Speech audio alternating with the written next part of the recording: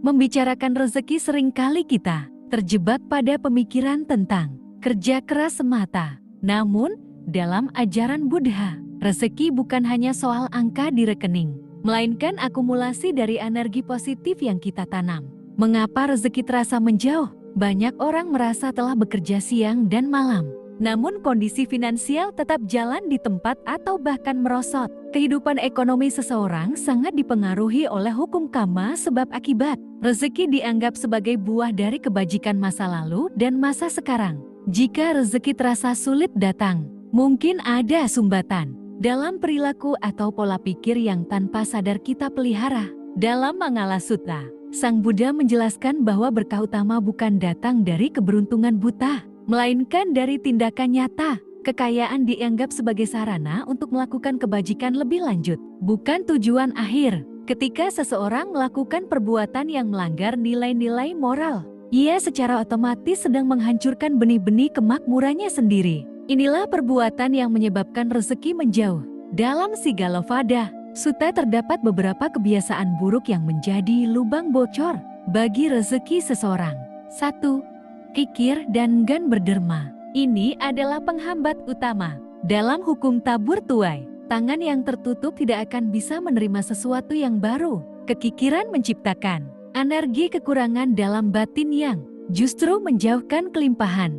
2. Melanggar sila, terutama mencuri dan menipu, mengambil apa yang tidak diberikan atau mencari nafkah dengan cara yang tidak benar, mungkin terlihat menghasilkan uang cepat, namun secara karma, hal ini menghancurkan reputasi dan mengundang kesialan di masa depan. 3. 6 saluran pemborosan kekayaan. Sang Buddha secara spesifik menyebutkan 6 hal yang menghabiskan harta. Gemar mengonsumsi minuman keras atau mabuk-mabukan, sering berkeliaran di jalanan pada waktu yang tidak pantas, foya-foya, terpaku pada hiburan atau tontonan secara berlebihan, ketagihan judi penghancur kekayaan paling cepat, bergaul dengan teman yang buruk yang membawa pengaruh negatif, pemalas menunda pekerjaan dengan alasan cuaca atau kesehatan, kurangnya rasa hormat dan terima kasih, tidak berbakti kepada orang tua atau tidak menghargai mereka yang telah menolong kita, dapat memutus aliran berkah dalam hidup.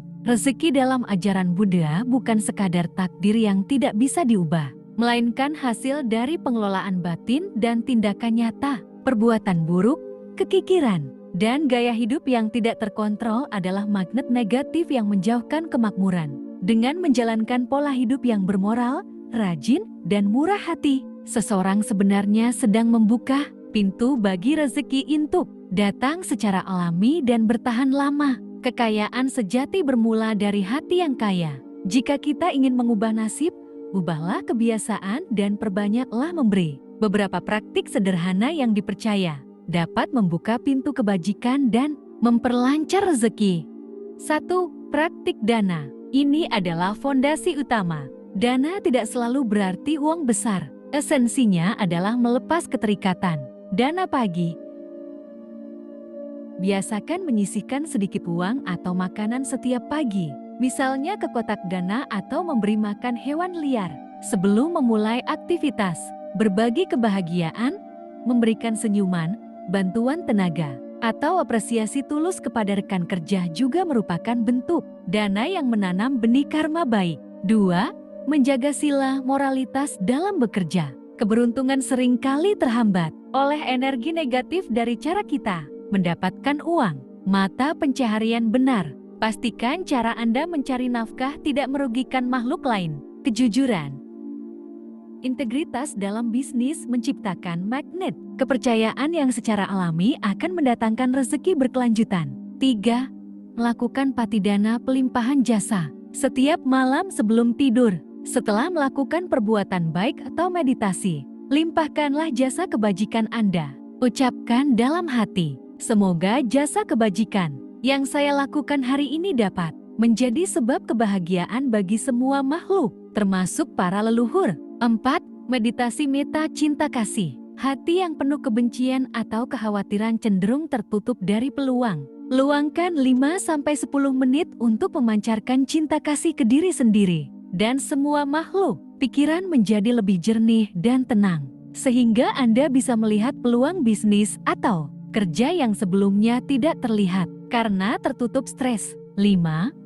Praktik rasa syukur. Menghargai apa yang sudah dimiliki adalah cara tercepat untuk menarik lebih banyak hal baik. Setiap pagi, sebutkan 3 hal yang Anda syukuri. Dalam psikologi Buddhis, rasa puas santuti adalah kekayaan tertinggi. Jadi inilah hal-hal yang perlu kita lakukan agar rezeki tidak menjauhi kita.